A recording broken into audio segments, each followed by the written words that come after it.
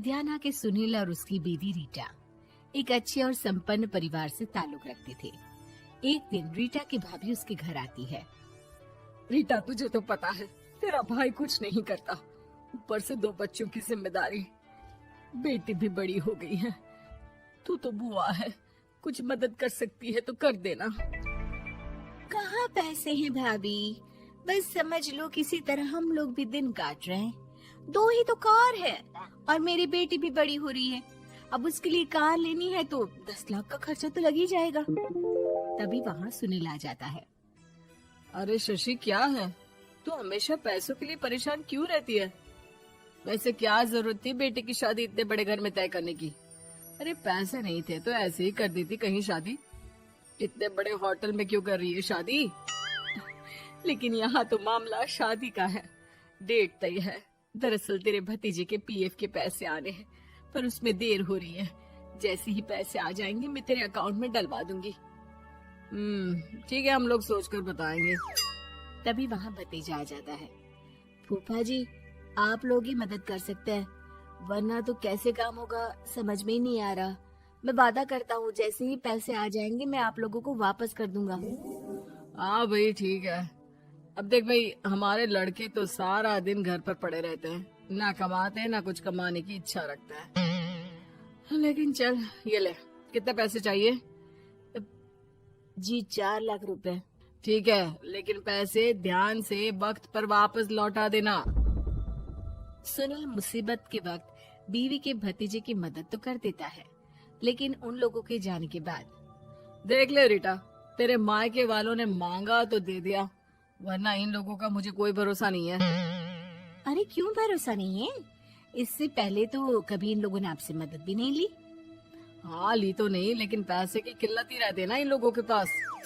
अरे ठीक है ना, नहीं लौटा पाए तो भतीजे के ससुराल से निकाल देंगे। सुना है बड़े घर में शादी हो रही है। सुनील और रीटा पैसे तो दे देते हैं, लेकिन अगले रोज ही। हाँ भाई साले साहब, क्या हाल है? ठीक हूँ जीजा जी। क्या बात है, सालों बाद आपका फोन, जरूर कोई बात होगी, बताइए ना। अरे वो तेरी बड़ी भाभी आई थी, बेटी की शादी कर रही है ना, तो पैसे लेने के लिए मैंने दे दिए 4 लाख। सोचा भाई किसी गरीब की बेटी की शादी हो रही है, पुण्य मिल जाएगा। अच्छा किया जीजा जी, उनका बेटा बहुत मेहनती है, जल्द ही लौटा भी देगा। वहीं रीटा भी फोन करके हर किसी को पैसे देने की बात करती है। रीटा की भाभी शशि के पास उसके भाई का फोन आता है। तूने सुनील से पैसा लिया है क्या? नहीं भाई, सिर्फ बात की है, बोल तो रहा है कि दे देगा। वो लोग मदद करने वालों में से नहीं है, और मदद कर भी दे लेकिन समाज में गा गा कर हालत बुरी कर देते हैं। अब गाने दीजिए ना भाई, मैं क्या कर सकती हूँ, मेरे पास कोई ऑप्शन भी तो नहीं है। बेटी की अगले हफ्ते शादी जो है। शशि की बेटी की शादी हो जाती है, लेकिन शादी के 1 महीने बाद ही सुनील का फोन भतीजे के पास आता है। हाँ भाई, शादी तो हो गई हम लोगों की दुआ से। अब देख, ऐसा ही फायदा होता है पैसे वाले रिश्तेदार हो तो। तेरे वक्त पर हम कैसे खड़े हो गए थे, लेकिन अब पैसा लौटा दे भाई। जी, मैंने पीएफ के लिए अप्लाई कर दिया था, उसकी नोटिफिकेशंस मैं आपको भी भेज देता हूँ। मुझे लगता है 10 दिन में पैसे आ जाना चाहिए। जैसे ही पैसा आएगा मैं आपके अकाउंट में डाल दूंगा। और ना जी ना, कोई नोटिफिकेशन नहीं चाहिए, पैसा चाहिए, पैसा। ठीक है अंकल, बस 10 दिन का समय दे दीजिए। अभी हफ्ता भी पूरा नहीं होता कि भतीजे के पास उसके गांव के दूर के चाचा का फोन आता है। और बेटा, क्या बात है, सुनील के कोई पैसे ले रखे हैं तो दे क्यों नहीं देता? हाँ चाचा जी, बात तो हुई थी, 10 दिन का वक्त मांगा है, उम्मीद है हो ही जाएगा। अरे फोन कर रहा है, रोज बता रहा था कि बेटी की शादी में मदद की थी। अब क्या है ना, भले ही शादी 10 दिन रोक देते, लेकिन सुनील से मदद नहीं लेनी चाहिए थी। याद है ना, मधु की मदद करके कितना बदनाम कर दिया था उसने पूरे घर को सोसाइटी में। हाँ चाचा जी, मैं भी यही सोच रहा था कि उन लोगों से मदद नहीं लेनी चाहिए थी। कई लोगों के फोन आ चुके हैं। वहीं रीटा अपनी भाभी को फोन कर देती है। क्या है भाभी, कब पैसे लौटाओगी? पता है ना ये कितना बोल रहे थे तुम्हारे बोलने पर मैंने पैसे दिए हैं। भाभी अब तो आपके बेटे की कार बेच दो और हम लोगों के पैसे दे दो। अरे लेकिन रीटा, बात तो 3 महीने की हुई थी ना, अभी तो 2 महीने भी नहीं हुए पैसा लिए, थोड़ा तो सब्र करो। नहीं नहीं भाभी, वैसे मेरा बेटा टिक्कू आ रहा है आप लोगों के घर रहने के लिए, उसको अच्छे से खिलाना पिलाना, समझी? भाभी को समझ में नहीं आता कि वो क्या करे। वो बेटे से बात करती है। अरे माँ, इन लोगों से मदद लेकर सच में बहुत बड़ी गलती कर दी। मुझे खुद समझ में नहीं आता कि कैसे इन लोगों के पैसे जल्द से जल्द दे दूं। तभी डोरबेल बजती है और रीटा का बेटा टिक्कू घर में आता है।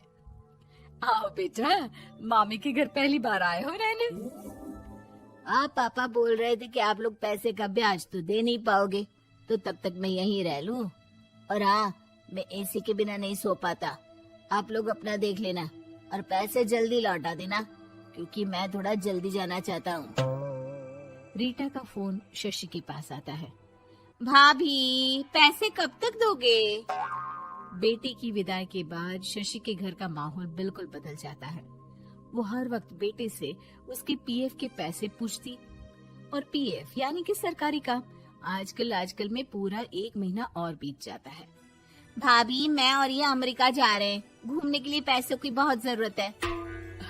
रीटा, मैं पूरी कोशिश कर रही हूँ कि जल्द से जल्द पैसे का इंतजाम कर दूं, लेकिन पक्का नहीं बोल सकती।